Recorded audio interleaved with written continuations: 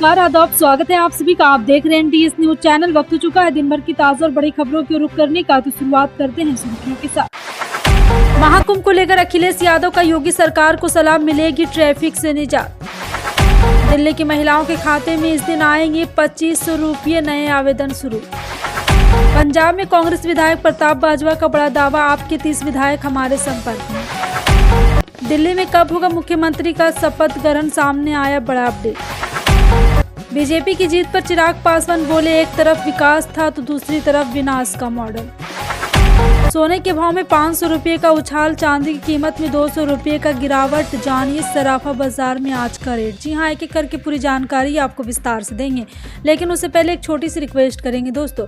अगर आपको भी लगता है देश में होने वाले तमाम चुनाव ईवीएम से ना होकर के बैलेट पेपर पर होना चाहिए, अगर आप भी हमारी बात का समर्थन करते हैं तो आप इस वीडियो को लाइक करके चैनल को सब्सक्राइब कर लीजिए और वीडियो को ज़्यादा से ज़्यादा लोगों में शेयर कीजिए। और आप किस राज शहर से न्यूज को देख रहे हैं कमेंट में जरूर लिखिए। चलिए खबरों को जानते हैं विस्तार से। अविश्वास प्रस्ताव की अटकलों के बीच दिल्ली पहुंचे मणिपुर के सीएम बीरेंद्र सिंह, गृह मंत्री अमित शाह से की मुलाकात। प्रदेश में फैली हिंसा को लेकर बीरेंद्र सिंह के इस्तीफे की उठ रही मांग। दिल्ली के बाद गुजरात में आपकी परीक्षा, जूनागढ़ नगर निगम के साथ 66 नगर पालिका, 3 तहसील पंचायत में 16 फरवरी को होने हैं चुनाव, 18 फरवरी को जाएंगे नतीजे। अरविंद केजरीवाल की आवाज पर हुई आम आदमी पार्टी की बैठक, संजय सिंह, गोपाल राय और संदीप पाठक भी रहे मौजूद। दिल्ली चुनाव में आपकी हार पर की गई समीक्षा। आतिशी ने मुख्यमंत्री पद से दिया इस्तीफा, एलजी विनय सक्सेना ने भंग की दिल्ली की विधानसभा। केरल दौरे पर कांग्रेस सांसद प्रियंका गांधी, बूथ स्तर के नेताओं से की मुलाकात। वायनाड से सांसद है प्रियंका। दिल्ली में आपकी हार के बाद शिवसेना उद्धव गुट के सांसद का आया बयान, संजय राउत ने आप और कांग्रेस को दी सलाह, कहा अब तक आपस में लड़ेंगे तब तक तानाशाह को नहीं हरा सकते। शिवसेना यूबीडी के नेता ने फिर किया चुनाव आयोग पर वार। आदित्य ठाकरे ने वोटर्स लिस्ट की गड़बड़ी पर ध्यान न देने का लगाया आरोप, संजय रावत ने भी लगाया था आरोप। दिल्ली चुनाव के नतीजों पर आरजेडी नेता तेजस्वी यादव का बयान, कहा मुझे उम्मीद है बीजेपी दिल्ली में जुमलेबाजी छोड़कर काम करेगी, अपने वादे पूरे करेगी। यूपी कांग्रेस अध्यक्ष अजय राय का बड़ा बयान, कहा मिल्कीपुर उपचुनाव सरकार और प्रशासन ने मिलकर जीता। दिल्ली चुनाव में अपनी सीट हारने के बाद मनीष सिसोदिया का बयान, आप नेता ने कहा कि आज नहीं तो कल जनता फिर मौका देगी। पूर्व पाक पीएम इमरान खान की आर्मी चीफ को चिट्ठी, राजनीति दखलंदाजी की आलोचना, कहा संविधान के दायरे में लौटे सेना। ब्रिटेन के प्रिंस हैरी को अमेरिका से नहीं निकालेंगे ट्रंप, बोले उनकी पत्नी के साथ पहले थी समस्याएं, वीजा में जानकारी छुपाने का लगा है आरोप।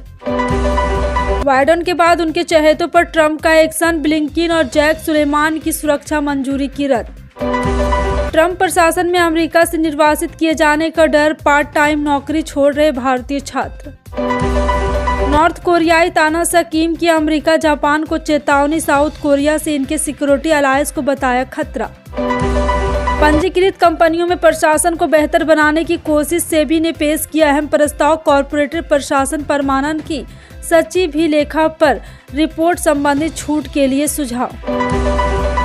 आम लोगों को लग सकता है झटका, बिस्किट से लेकर फोन टैरिफ हो सकते हैं महंगे, कंपनियों का संकेत, कीमतें बढ़ाना मजबूरी। कटक वनडे में इंग्लैंड ने जीता टॉस, पहले बल्लेबाजी का किया फैसला, कोहली की वापसी, जायसवाल बाहर, वरुण चक्रवर्ती कर रहे डेब्यू।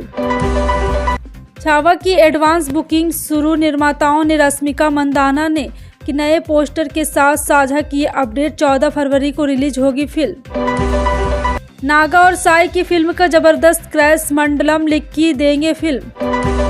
दिल्ली विधानसभा चुनाव के परिणाम 8 फरवरी को घोषित कर दिए गए। इस बीच सामाजिक कार्यकर्ता अन्ना हजारे ने दिल्ली चुनाव नतीजों और अरविंद केजरीवाल को मिली हार को लेकर अपनी प्रतिक्रियाएं दी। उन्होंने शराब के लाइसेंस ठेके का जिक्र करते हुए आपके राष्ट्रीय संयोजक अरविंद केजरीवाल को घेरा है। अहमदनगर में अन्ना हजारे ने कहा कि अरविंद केजरीवाल की गलती यही हो गई कि सत्ता में आने के बाद उसके शराब के लाइसेंस और ठेके देना शुरू कर दिया। शराब समाज को बर्बाद करने का रास्ता है। महाकुंभ में श्रद्धालुओं की भारी भीड़ के कारण प्रयागराज की ओर जाने वाली सड़कों पर लंबा जाम लग रहा है। इस बीच समाजवादी पार्टी के राष्ट्रीय अध्यक्ष और उत्तर प्रदेश के मुख्यमंत्री अखिलेश यादव ने रविवार को महाकुंभ के दौरान जाम के संकट से उबरने और यात्रा बाधा दूर करने के लिए सरकार को राज्य में वाहनों को टोल मुक्त करने की सलाह दी। सपा प्रमुख अखिलेश यादव ने एक्स पर एक पोस्ट में लिखा, महाकुंभ के अवसर पर उत्तर प्रदेश में वाहनों को टोल मुक्त किया जाना चाहिए। इससे यात्रा में बाधा कम होगी और जाम का संकट भी कम होगा। जब फिल्मों का मनोरंजन कर मुक्त किया जा सकता है तो महाकुंभ के महापर्व पर गाड़ियों को मुक्त क्यों नहीं। अखिलेश यादव ने अपने सोशल मीडिया अकाउंट एक्स पर कुछ फोटो और वीडियो भी शेयर किए हैं। खुद सपा चीफ अखिलेश यादव ने टोल के पास खाना खा रहे श्रद्धालुओं से भी बात की है, जिसके फोटो भी उन्होंने एक्स पर पोस्ट किया है। दिल्ली विधानसभा में आम आदमी पार्टी सत्ता से क्या बाहर गई, पंजाब में भी उसको लेकर तरह तरह के दावे किए जा रहे हैं। कांग्रेस के वरिष्ठ नेता और पंजाब में विपक्ष के नेता प्रताप बाजवा ने कहा कि आपके 30 विधायक उनकी पार्टी के संपर्क में। हालांकि इस पर जब कांग्रेस विधायक प्रगट सिंह ने पूछा तो उन्होंने कहा है कि इस मसले पर केवल प्रताप बाजवा ही बता सकते हैं। प्रताप बाजवा ने दिल्ली में आपकी हार पर कहा कि अरविंद केजरीवाल और पंजाब के सीएम भगवंत मान ने पंजाबियों को बेवकूफ बनाने और 2022 में उनके वोट हासिल करने के लिए पंजाब में बड़े बड़े वादे किए। आपने अभी तक महिलाओं को 1000 रुपये प्रति महीने नहीं दिए हैं। दिल्ली विधानसभा चुनाव के नतीजे आने के बाद नेताओं की लगातार प्रतिक्रिया सामने आ रही। वहीं इसी बीच बिहार के पूर्व उप मुख्यमंत्री तेजस्वी यादव की प्रतिक्रिया सामने आई। उन्होंने कहा, लोकतंत्र में जनता मालिक है, जिसको जनता चुनती है सरकार बनती है। लोकतंत्र की खूबसूरती है। आशा है कि बीजेपी ने जो वादे किए उनको पूरा करेगी। लगभग 26 साल के बाद बीजेपी सरकार में आई है। उम्मीद है कि जुमलेबाजी तक ही सीमित न रहेगी। उत्तराखंड में चल रहे 38वें राष्ट्रीय खेलों का भव्य समापन समारोह होने जा रहा है और समापन समारोह में बॉलीवुड गायक सुखविंदर सिंह, उत्तराखंड की लोक गायक श्वेता मेहरा और दगा ग्रुप अपनी प्रस्तुति देंगे। कार्यक्रम में गृह मंत्री अमित शाह मुख्य अतिथि के रूप में उपस्थित रहेंगे। समापन समारोह में देश के सभी टीम, एथलीट और रिकॉर्ड धारकों को भी सम्मानित किया जाएगा। आरजेडी सांसद मनोज झा ने कहा है कि 27 साल बहुत लंबा समय होता है। 27 साल बाद भाजपा दिल्ली की सत्ता में लौटी है। मैं शुभकामनाएं देता हूं। अब उनके पास वो बहाना भी नहीं रहेगा कि डबल इंजन सरकार नहीं है।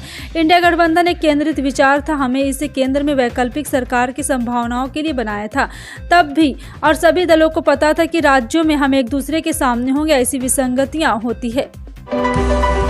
दिल्ली विधानसभा चुनाव के नतीजे के सामने आते ही अब आप और कांग्रेस की हार पर सवाल खड़े हो रहे हैं। वहीं इस बीच कांग्रेस नेता उदित राज ने दिल्ली चुनाव में मिली हार पर कहा है कि आम आदमी पार्टी से ज्यादा कांग्रेस ने खुद को नुकसान पहुंचाया। उन्होंने कहा है कि मैं समझता हूं कि कांग्रेस की हार आम आदमी पार्टी से बड़ी हार है।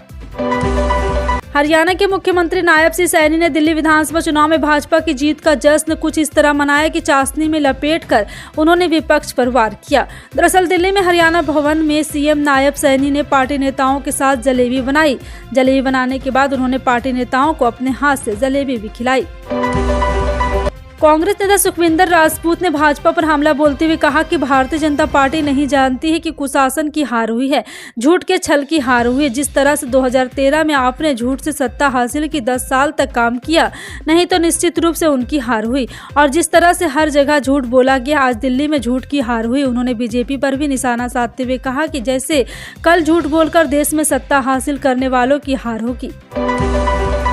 भाजपा नेता आरपी सिंह ने आप और कांग्रेस पर हमला बोलते हुए कहा कि दिल्ली चुनाव को लेकर कहा गया है कि यहाँ पे उनके कुछ वोट ऐसे हैं हो सकते हैं जो हमें मिल सकते थे, लेकिन कांग्रेस के अकेले चुनाव लड़ने से केजरीवाल को नुकसान हुई है। गठबंधन में आपसी लड़ाई है, अब यह कोई गठबंधन नहीं रहा, इसलिए हर राज्य में सभी पार्टी अलग अलग चुनाव लड़ रही है। केंद्रीय मंत्री धर्मेंद्र प्रधान ने एक बड़े बयान में आरोप लगाया कि इंडिया ब्लॉक आंतरिक संघर्ष का सामना कर रहा। आगे उन्होंने कहा कि उनका कोई लक्ष्य या एजेंडा नहीं है, बल्कि वो सिर्फ एक प्रतिक्रियावादी ताकत है। धर्मेंद्र प्रधान ने कहा है कि उनके पास कोई लक्ष्य या एजेंडा नहीं है। बीजेपी ने दोनों पार्टियों को हराया था, एक ने जीतने लंबे समय तक दिल्ली पर शासन किया और एक जो पिछले 10 वर्षों से दिल्ली पर शासन कर रही थी। भारत गठबंधन अब बिखर रहा है। आगामी विधानसभा चुनाव के मद्देनजर रखते हुए बिहार सरकार इनएक्टिव मोड में नजर आ रही है।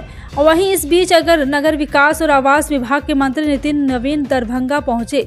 इस दौरान उन्होंने नगर निगम में नगर निकाय पार्षदों से मुलाकात की, संवाद किया। इस दौरान मंत्री नितिन नवीन ने करोड़ों की योजनाओं का शिलान्यास किया। नितिन नवीन ने कहा है कि इसी माह अभियंताओं की कमी को भी पूरा कर दिया जाएगा। भाजपा सांसद रविशंकर प्रसाद ने दिल्ली विधानसभा चुनाव 2025 के परिणाम पर कहा है कि प्रधानमंत्री मोदी ने अपने भाषणों में कहा था कि अब हम दिल्ली में आ गए हैं। राजस्थान, उत्तर प्रदेश, हरियाणा में भाजपा सरकार है। हम सभी मिलकर दिल्ली का विकास करेंगे। देश बदल रहा है। आज देश सुधार, विकास और सनातन का चल रहा है। बहुत से मुस्लिम समाज के लोगों ने भाजपा को वोट दिया है। आज सोना और चांदी के भाव में मिलता जुलता असर आया है, यानी सोने में उछाल और चांदी में नरमी आई है।